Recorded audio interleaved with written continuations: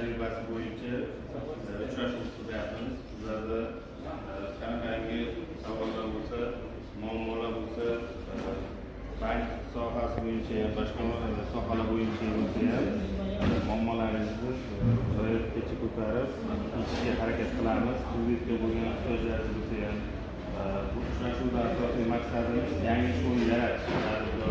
Hisobga ishsiz odamlarga yangi ish o'rni yaratish, tadbirkorlikka yaratish. Bundan qanaqangi savollar bo'lsa berishlaringiz mumkin. Savol bersam bo'ladimi? Mana bu hozir tadbirkorlar bo'yicha imtiyozli kreditlar ajratyapti 100 millionlar. Bunga qanaqa hujjat qilishimiz kerak? Qanaqa 100 millionlik kredit bo'yicha hozirda prezident qaror chiqarilgan. 12 sonli qaror bo'yicha yuridik shaxs bo'lishi kerak. Yuridik shaxs oxirgi 1 yillikda oboroti bo'lishi kerak. shotga pul aylanish? Shoshda hisob raqamida pul aylangan bo'lishi kerak. Siz qanaqa yo'nalish bo'yicha olmoqchisiz masalan?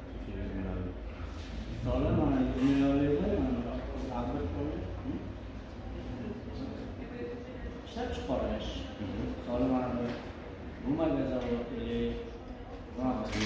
o'sha 100 million bilan o'sha yetadimi sizga? O'sha 100 million kichkinagina boshlanishga, o'sha odam ishlatishga.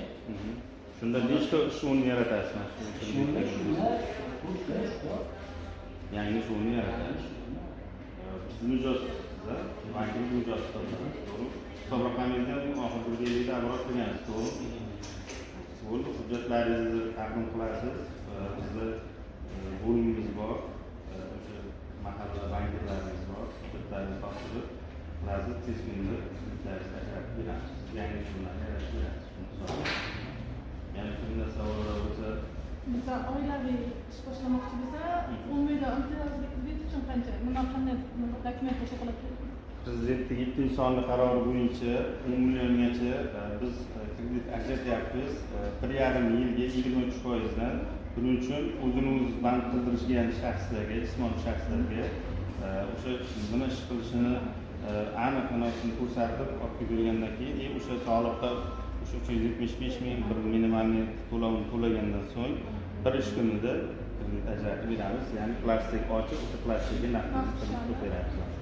Naqd pulda ham beramiz. Menda savollar bor.